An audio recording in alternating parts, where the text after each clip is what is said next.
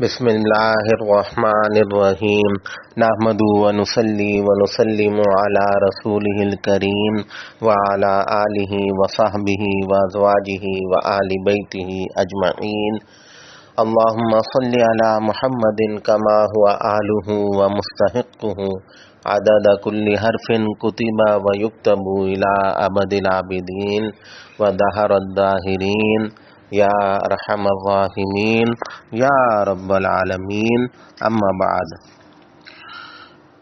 حضرت انس رضی اللہ تعالی عنہ سے روایت ہے، نبی کریم صلی اللہ تعالی علیہ وسلم نے ارشاد فرمایا،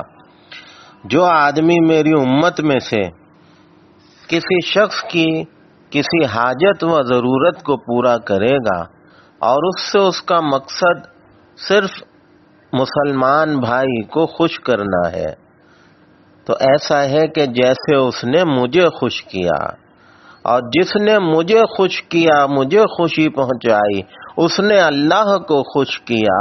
اور جس نے اللہ کو خوش کیا اللہ اس کو جنت میں داخل کر دیں گے۔ سبحان اللہ، سبحان اللہ۔ ذرا اس حدیث پر غور تو کیجئے۔ فرمایا کہ کوئی مسلمان کسی مسلمان کی کوئی حاجت پوری کر دے، کوئی مسلمان عورت اپنی کسی مسلمان بہن کی کوئی حاجت پوری کر دے، اور اس سے غرض نہیں کہ بھئی رشتہ دار ہے یا جان پہچان ہے یا نہیں ہے، بس مسلمان ہے، میرے آقا کی امتی ہے، بس یہ دیکھا اور اس کی کوئی حاجت تھی، ضرورت تھی، اس کی حاجت اور ضرورت کو پورا کر دیا۔ آقا فرماتے ہیں بس دیکھو یہ اس لیے نہیں کی اس نے مدد کہ اس کو صاحب کوئی اپنی پروفائل اچھی بنانی تھی، اور صاحب وہ اللہ معاف کرے جیسے کرونا کے زمانے میں آپ نے دیکھا ہوگا یہ منظر کہ کسی کی مدد بھی کر رہے ہیں، کسی کو راشن بھی دے رہے ہیں، تو صاحب اس کی بھی ویڈیو بنائی جا رہی ہے اور تصویریں کھینچی جا رہی ہیں۔ اللہ معاف کرے، وہ نظر آتا ہے بھئی اپنی پبلسٹی کے لیے یہ امدادی کام ہو رہے ہیں، تو فرمایا کہ یہ صرف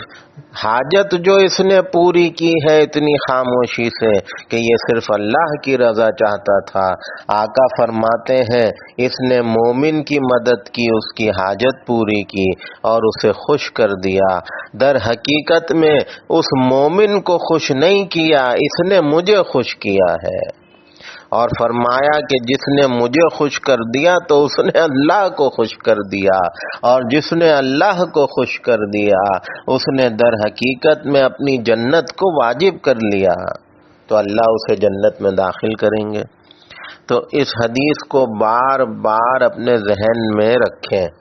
دوسروں کو بھی بتائیں، اور یہ حدیث سب کو سنائیں کہ دیکھو بھئی یہ کتنی پیاری بات ہے کہ آقا کتنا خوش ہوتے ہیں کہ اس نے ایک امتی کی مدد کی ہے، اس کی حاجت کو یہ پورا کر کے آیا ہے۔ تو چلو آقا فرماتے ہیں وہ مومن تو خوش ہوگا، دعائیں دے گا، لیکن اس سے زیادہ میں خوش ہو جاؤں گا کہ اس نے میری امتی کی مدد کی ہے۔ آقا خوش ہو جائیں گے تو اللہ خوش ہو جائیں گے، اللہ خوش ہو جائیں گے تو جنت کا ٹکٹ پکا ہو جائے گا۔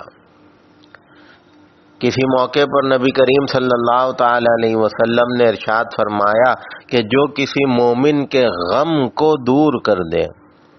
اللہ تعالیٰ پل صراط میں اس کے لیے نور عطا فرمائیں گے، اور وہ نور ایسی روشنی ہوگی کہ سارا عالم جگمگا اٹھے گا۔ اب یہ دیکھیں یہ بھی کتنی پیاری بات ہے کہ پل صراط کی منزل ہو اور وہاں سے گزرنے کا مرحلہ ہو، اور ہمارے لیے ایسا اجالا کر دیا جائے، ایسا نور کر دیا جائے کہ اس نور سے سارا عالم جگمگا اٹھے۔ تو فرمایا یہ کسے یہ نصیب ہوگا؟ یہ اسے نصیب ہوگا کہ جس نے کسی مومن کے غم کو دور کر دیا، جس نے کسی مومن کے غم و رنج کو دور کر دیا۔ اس کے سامنے کوئی مومن بیچارہ پریشان تھا، کوئی بھائی بہن کوئی پریشان تھا، اس کا ایمان والا، بس اس نے دیکھا، اس کے اس غم کو دور کر دیا، اور اپنا کردار اس نے ادا کر دیا، تو فرمایا کہ ایسا اللہ پاک خوش ہوتے ہیں جب کل حشر کے دن صاحب تمہارے مرحلے ہوں گے حساب کتاب کے، پلسرات کے، اللہ اس دن تمہیں ایسا نور عطا فرمائیں گے کہ اس نور کو دیکھ کے لوگ فخر کریں گے اور رشک کریں گے، اور اس نور سے ایک جہان روشن ہوگا۔ اور فرمایا کہ جو شخص اپنے بھائی کی ضرورت میں چلے کہ اس کا کام ہو جائے بس، تو اللہ پاک اس کے لیے 75,000 فرشتے مقرر کرتے ہیں جو اس کے لیے دعائے مغفرت کرتے رہتے ہیں۔ اگر یہ صبح کو نکلا ہے تو شام تک، اگر شام کو نکلا ہے تو صبح تک، اور کوئی قدم نہیں اٹھاتا مگر اللہ اس کے گناہ معاف کرتے ہیں اور اس کے درجے بلند کرتے ہیں۔ آپ نے دیکھا کہ کتنی بڑی فضیلت ہے۔ نبی کریم صلی اللہ تعالی علیہ وسلم فرماتے ہیں تم اپنے گھر سے چلے کسی بھائی کی مدد کرنے کو چلے کہ پریشان ہے، چلو اس کا کام نکل جائے بیچارے کا، اللہ اتنا خوش ہوتے ہیں، اتنا خوش ہوتے ہیں۔ اگر آپ صبح اس نیت سے گھر سے نکلے ہیں تو مغرب تک 75,000 فرشتے آپ کو دعائیں دیتے رہیں گے۔ اگر رات میں نکلے ہیں تو صبح ہونے تک 75,000 فرشتے آپ کو دعائیں دیتے رہیں گے۔ ہر قدم پر آپ کے گناہ مٹائے جائیں گے، ہر قدم پر جنت میں آپ کے درجے بلند ہوں گے۔ تو کسی کی مدد کرنا، کسی کے کام آ جانا، یہ کتنا پیارا عمل ہے، اللہ اور اس کے حبیب کو کتنا پسند ہے۔ حضور اقدس صلی اللہ تعالی علیہ وسلم نے ارشاد فرمایا کہ جب تم کسی بھائی کی مدد کے لیے اپنے گھر سے چلے کہ وہ پریشان ہے، چلو اس کا کام ہو جائے، اس کی ضرورت پوری ہو جائے، فرمایا کہ تمہاری اس بھاگ دوڑ سے اس مسلمان کی وہ ضرورت پوری ہو گئی، یا وہ کسی پریشانی میں تھا وہ پریشانی دور ہو گئی، تو اللہ تعالیٰ آپ کو گناہوں سے ایسا پاک صاف کر دیں گے جیسے آج ہی آپ دنیا میں آئے ہوں، جیسے ماں نے آج ہی جنا ہو، حدیث کے الفاظ ہیں۔ یعنی بچہ جب دنیا میں آتا ہے تو اس کے کھاتے میں کوئی گناہ ہوتا ہی نہیں، وہ تو پاک صاف ہوتا ہے۔ تو فرمایا کہ اللہ اتنا خوش ہوتے ہیں کہ دیکھو ایک بندہ میرا پریشان تھا، اس نے بھاگ دوڑ کر کے اس کی پریشانی دور کر دی، اللہ فرشتوں سے فرماتے ہیں اس کے سارے گناہ مٹا دینا، ہم اتنا خوش ہوئے ہیں، اتنا خوش ہوئے ہیں، لکھ دو جیسے ہی آج ہی دنیا میں آیا ہو۔ اور اگر وہ اسی ضرورت کو اس کی پورا کرتے ہوئے کہیں راستے میں اسے موت آ گئی، اللہ فرمائیں گے اب اس کا کوئی حساب نہیں ہے، اسے بغیر حساب کتاب کے جنت میں داخل کر دیا جائے۔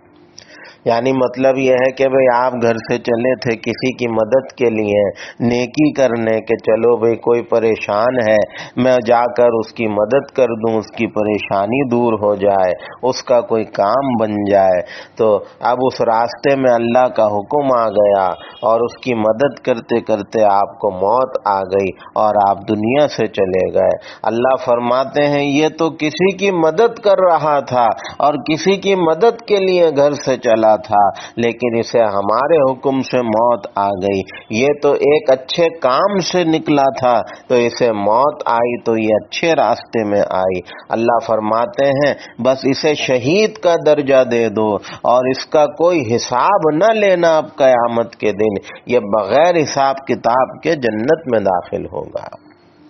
اب ذرا غور کیجئے، بار بار ان فضائل پر، فضیلتوں پہ غور کیجئے۔ آقا کتنی بڑی بڑی فضیلتیں سنا رہے ہیں، ایک دوسرے کے کام آنے والے ہو جاؤ، ایک دوسرے کے دکھ درد کو دور کرنے والے ہو جاؤ، ایک دوسرے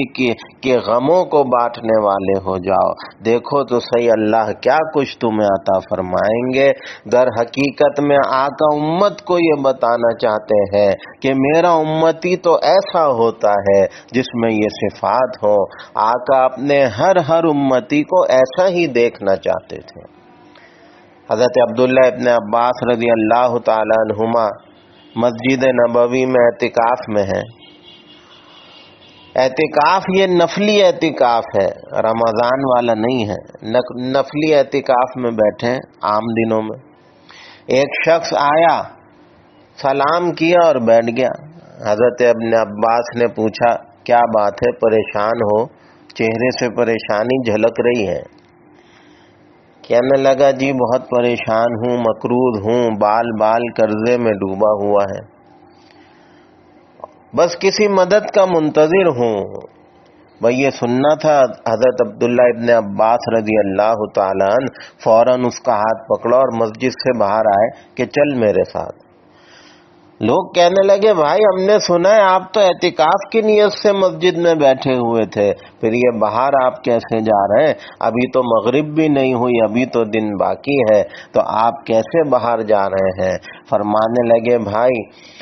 سن لو، میں نے نبی کریم صلی اللہ تعالی علیہ وسلم کی زبان مبارک سے یہ بات اور یہ حدیث سنی ہے کہ جو شخص اپنے کسی بھائی کی ضرورت میں چل پڑے، کوشش کرے کہ اس کی تکلیف دور ہو جائے، تو یہ عمل میرے نزدیک 10 سال کے نفلی اعتکاف سے افضل ہے۔